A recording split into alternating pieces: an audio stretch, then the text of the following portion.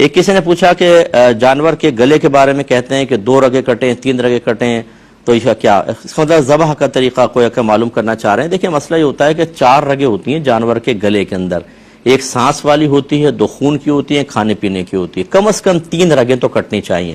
لیکن یہ جو قصائی ہوتے ہیں بڑے ماہر ہوتے ہیں، اور آپ اگر خود بھی کاٹنا چاہیں تو اچھی طریقے سے جب آپ کاٹتے ہیں تو آپ دیکھیں بلڈ تیزی کے ساتھ نکلتا ہے، اور ایک نرخرا ہوتا ہے بہت موٹا سا، وہ بھی کٹ جاتا ہے، وہ سانس کو تو خر خر کی آواز نکلتی ہے۔ تو اچھی طریقے سے اطمینان کر کے، یہ اتنا بھی نہ کریں کہ گردن ہی علیحدہ کر دیں، پھر بھی قربانی ہو جاتی ہے، لیکن اتنا زیادہ گلا کاٹنا مکروہ ہوتا ہے۔ لیکن آپ آرام سے تھوڑا سا نیچے گہرائی کے ساتھ جائیں گے تو چاروں رگیں کٹ جاتی ہیں۔ بہتر ہے کہ اچھے قصائی کے ساتھ آپ ہاتھ رکھیں، بسم اللہ اللہ اکبر کہہ کر، دونوں بسم اللہ اللہ اکبر کہیں گے، اور پھر وہ قصائی کو زیادہ اندازہ ہوتا ہے، آپ 4 رگیں کٹ جائیں گے آرام سے، لیکن کم از کم 3 رگیں تو کٹنی چاہیے، اس سے کم کٹی تو قربانی نہیں ہوگی۔